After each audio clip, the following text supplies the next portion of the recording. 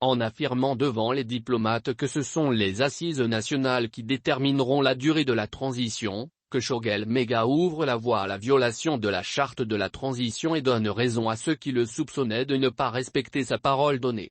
Dans le Manding, ne dit-on pas que la parole donnée est sacrée? Et, celui qui ne l'honore pas n'a pas droit au respect des sages et de la population.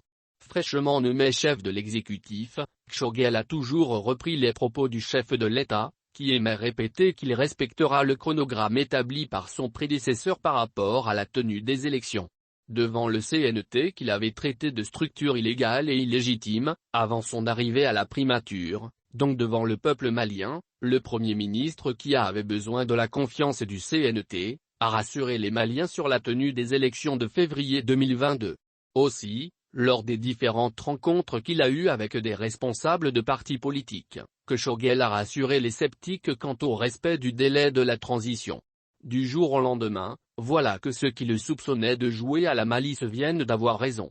L'homme a repris son sport favori, faire le contraire de ce qu'il dit. Selon notre confrère d'RFI, devant les diplomates étrangers, le Premier ministre Choguel Maïga a clairement indiqué que la priorité de son gouvernement est d'abord l'organisation des assises nationales.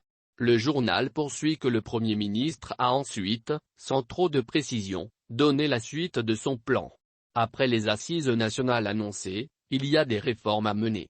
Et d'ajouter que c'est seulement après ces étapes que les élections auront lieu. Et pas de date pour le moment.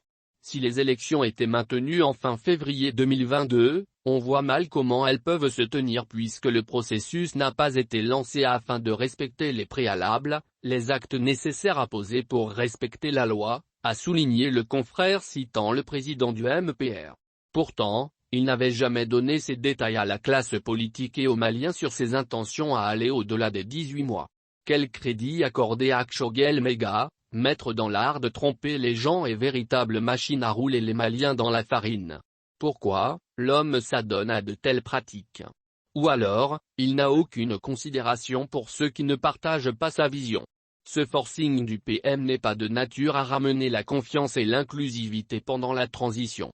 Le Premier ministre vient de nous confirmer que s'engager est une chose, tenir parole est une deuxième chose.